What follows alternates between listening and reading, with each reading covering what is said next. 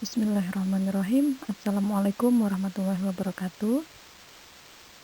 Oke, pada kali ini kita akan belajar tentang sistem skeletal atau sistem rangka tubuh manusia. Tulang merupakan bagian tubuh yang berfungsi sebagai pembentuk rangka dan alat gerak tubuh manusia. Tulang disebut juga sebagai alat gerak pasif karena tulang dapat bergerak jika ada otot yang menggerakkannya.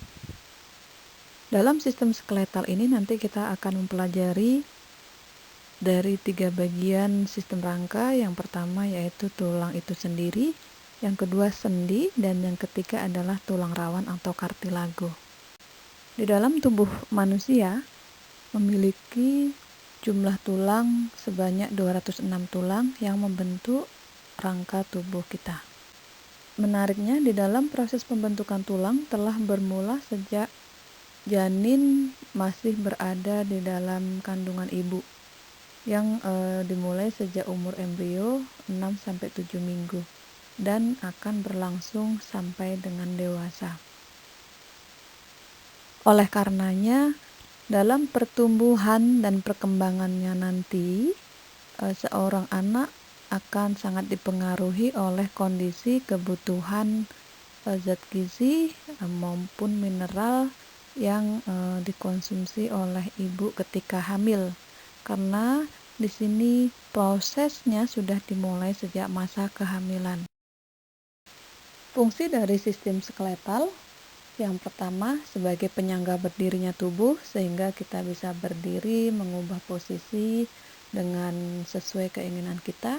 Kemudian tulang sebagai tempat melekatnya ligamen-ligamen, otot, jaringan lunak, dan organ-organ tubuh manusia. Kemudian fungsi yang kedua, tulang sebagai tempat penyimpanan mineral seperti kalsium dan fosfat, dan juga sebagai tempat penyimpanan lipid di sini di dalam yellow marrow atau sumsum tulang kuning. Fungsi tulang berikutnya adalah sebagai hemopoiesis. Di sini bagian tulang khususnya di dalam red marrow atau sumsum tulang merah berfungsi untuk tempat produksi sel-sel darah kita. Di sini terjadi proses produksi, kemudian perkembangan, diferensiasi, dan pematangan semua sel darah dalam tubuh kita seperti sel darah merah, kemudian keping darah atau trombosit, dan juga sebagian dari sel darah putih juga terjadi di sini. Fungsi yang keempat dari tulang adalah sebagai pelindung. Di sini tulang melindungi organ-organ yang terletak di dalamnya. Misalnya tulang kranial melindungi otak. Fungsi tulang yang terakhir di sini sebagai penggerak. Kita tahu ketika kita bergerak, di sana akan ada kerjasama tulang dengan otot sehingga kita bisa berjalan, berlari, ataupun beraktivitas untuk memenuhi kebutuhan kita sehari-hari. Ya, kita masuk di klasifikasi tulang. Berdasarkan jaringan penyusun dan sifat fisiknya, tulang dibagi menjadi 2, yaitu tulang sejati atau osteon, dan yang kedua tulang rawan atau tulang kartilago.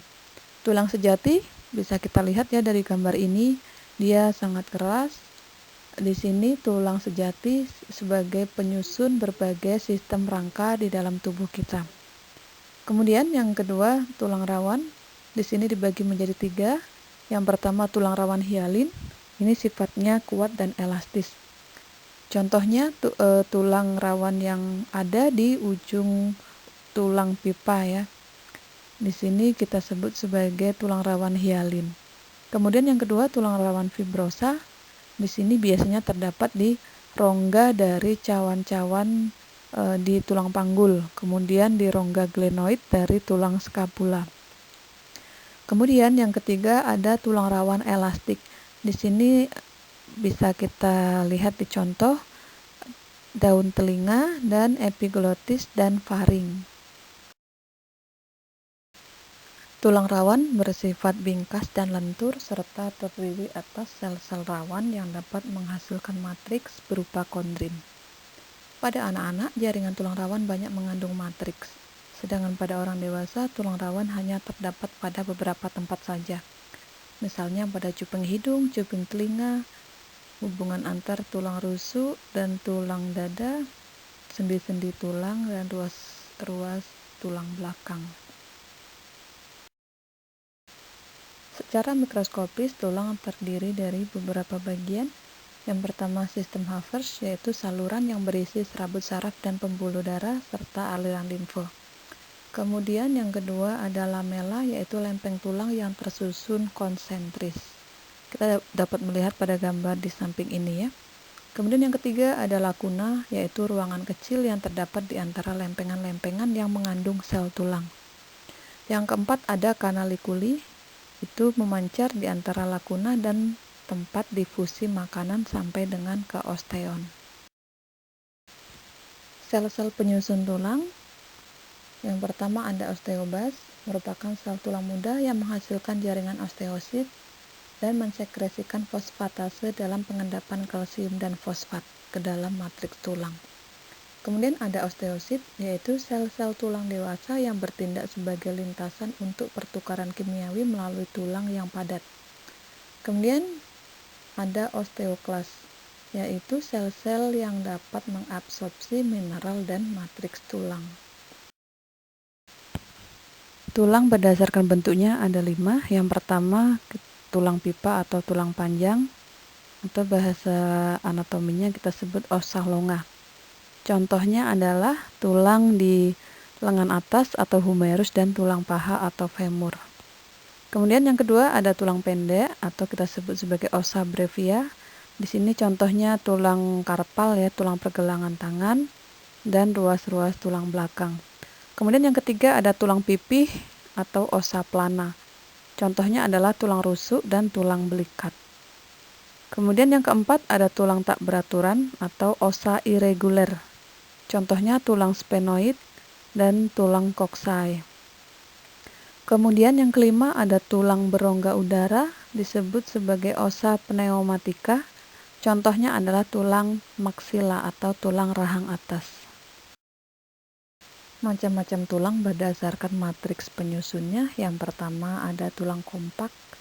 Di sini tulang kompak merupakan tulang yang padat, halus dan homogen.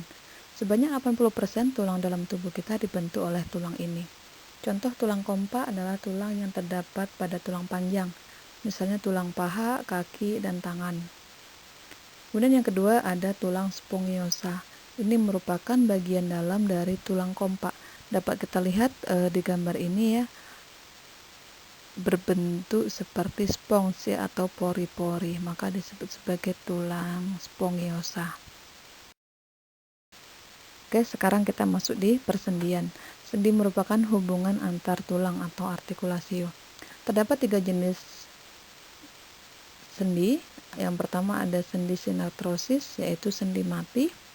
Sendi ini tidak dapat digerakkan sama sekali. Contohnya adalah hubungan antar tulang-tulang yang ada di tengkorak kepala kita. Kemudian yang kedua ada anfiartrosis, disebut juga sendi kaku, karena hubungan antar tulang ini masih dapat digerakkan walaupun secara terbatas.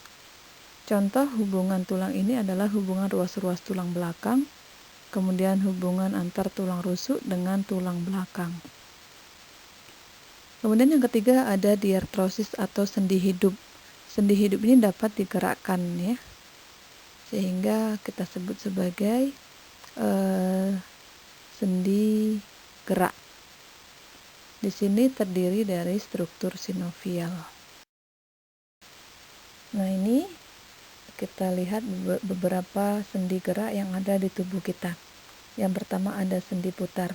Sendi putar ini memungkinkan hubungan antar tulang tersebut bergerak berputar. Contohnya yang ada di leher kita ya, sehingga di kepala bisa bergerak berputar. Kemudian berikutnya ada sendi engsel. Sendi engsel ini adalah sendi yang terdapat di antara hubungan lengan atas dan lengan bawah. Gerakannya seperti gerakan engsel pintu, buka tutup. Kemudian yang ketiga ada sendi pelana.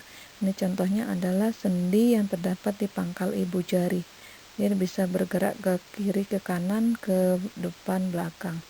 Kemudian yang keempat ada sendi peluru. Sendi peluru ini sendi yang sangat bebas gerakannya ya. Contohnya adalah sendi yang menghubungkan tulang paha dengan tulang panggul. Kemudian yang berikutnya ada sendi gulung. Di sini contohnya adalah gerakan pada pergelangan tangan dengan jari-jari. Di sana memungkinkan dapat bergerak menggulung.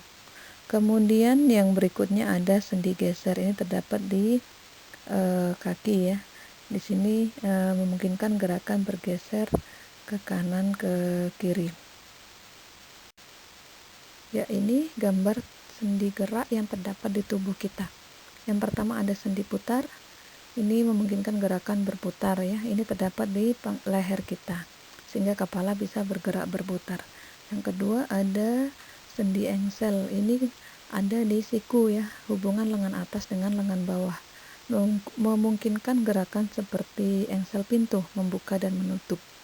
Kemudian yang ketiga ada sendi plana. Ini adalah sendi yang ada di pangkal ibu jari, sehingga bisa bergerak ke depan, belakang, ke kiri, ke kanan. Kemudian berikutnya ada sendi peluru. Ini sendi dengan gerakan yang sangat bebas. Ini adalah contohnya gerakan yang terdapat di hubungan tulang paha dengan tulang panggul. Kemudian ada sendi gulung. Sendi gulung ini menghubungkan pergelangan tangan dengan jari-jari. Kemudian yang terakhir ada sendi geser. Ini terdapat di pergelangan kaki, sehingga bisa bergeser ke kiri dan ke kanan. Itu tadi materi tentang sistem skeletal atau sistem rangka tubuh manusia. Terima kasih atas perhatiannya. Semoga apa yang kita pelajari menjadi ilmu bermanfaat. Saya akhiri. Wassalamualaikum warahmatullahi wabarakatuh.